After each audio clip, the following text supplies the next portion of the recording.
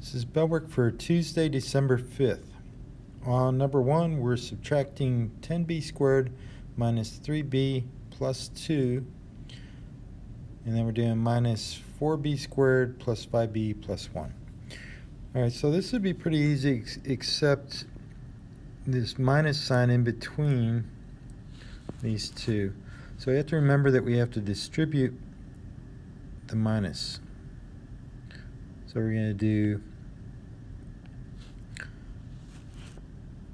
10b squared minus 3b plus 2, and then it's going to be minus 4b squared, and then it's going to be minus 5b, and then minus 1. Okay, so now we can match up like terms. So we have 10b squared and negative 4b squared, those match. We have negative 3b and negative 5b match. And then we have positive 2 and negative 1 match. So put those together, we'll get 10b squared minus 4b is 6b squared. Negative 3b minus 5b is going to be negative 8b. And then 2 minus 1 is positive 1.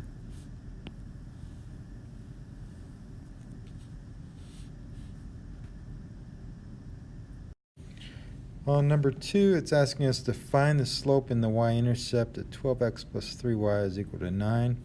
So for this one, what we want to try to do is put it in what's called slope-intercept form, which is y equals mx plus b. So that means we have to get the y by itself. So we'll start by subtracting 12x from both sides, and we'll get 3y equals negative 12x plus 9, and then we divide by 3, and we'll get y equals negative 4x plus 3. Mr. Robles, please call it. And that means that our slope, which is our m value, is negative 4, and our y-intercept, which is our b value, is going to be positive 3.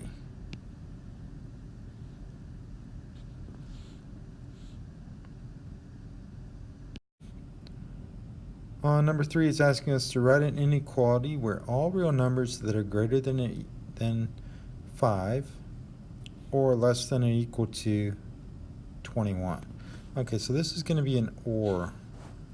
So first we have to do them in pieces. So first we'll do the greater than 5. So we're going to have x is greater than 5. And then OR x is less than equal to 21.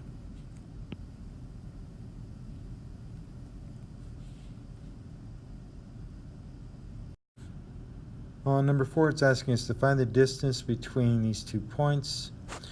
And for that, we're going to use the distance formula, which is the square root of x2 minus x1 squared plus y2 minus y1 squared.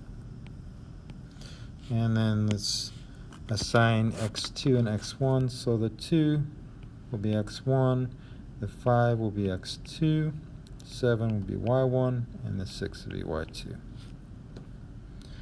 Alright, so then let's go ahead and put in the values. So x2 was 5, x1 is 2, y2 is 6, and y1 is 7. 5 minus 2 is 3, so get 3 squared. 6 minus 7 is negative 1, so get negative 1 squared. 3 squared is 9, negative 1 squared is 1. So we're going to end up with the square root of 10.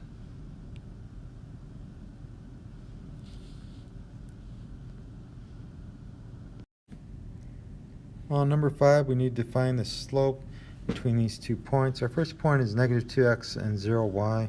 Our second point is 3 and negative 4. And for this, what I would do is I would make a triangle. So we'll just go down